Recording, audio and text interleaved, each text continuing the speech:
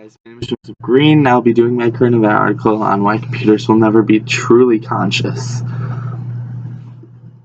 So within this article, they just kind of talk about how that this will never happen. Like, computers will never be able to have a consciousness just due to a lot of science behind it. The brain is so much more advanced than the technology that we could ever even think of. The brain has so many nooks and crannies, and it's all just in there together with so many different parts that help each other to perform different tasks.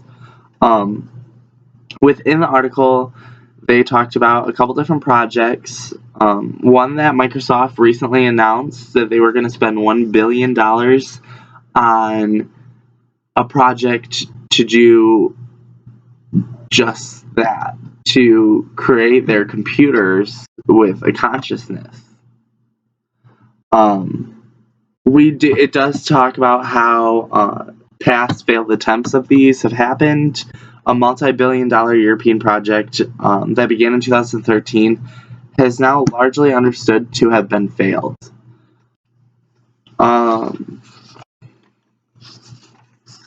Living organisms store experiences within their brains by adapting to neural connections in an active process between a subject and the environment. So basically, computers can't hold the information like we can. We store experiences, creating neural connections and keeping those connections open. Where computers just have a short-term and a long-term memory. They can store things on there, but they can't refer back to it as easily as a human brain can.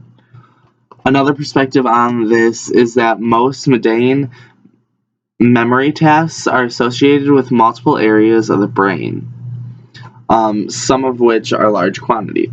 So, again, that's basically just saying that we can never truly have a computer with a consciousness because our conscience comes from so many different parts of the brain working together. So for the educational impact on this, we've talked about this throughout our class. We've had a couple different articles about it, and we've just known that this is a possibility in the future, that people are really trying to create these cyborgs and robots that have a consciousness just like me and you.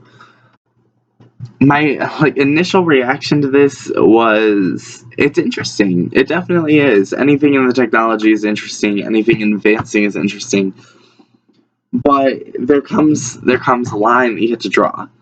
So if my biggest issue with this is that they make this cyborg or this robot that has a consciousness. What is their plans with them? Is it just to sell in retail so you can go out and buy yourself a cyborg that has a conscience and take it home, and it can be kind of like your person that does everything, kind of like your maid, your all that.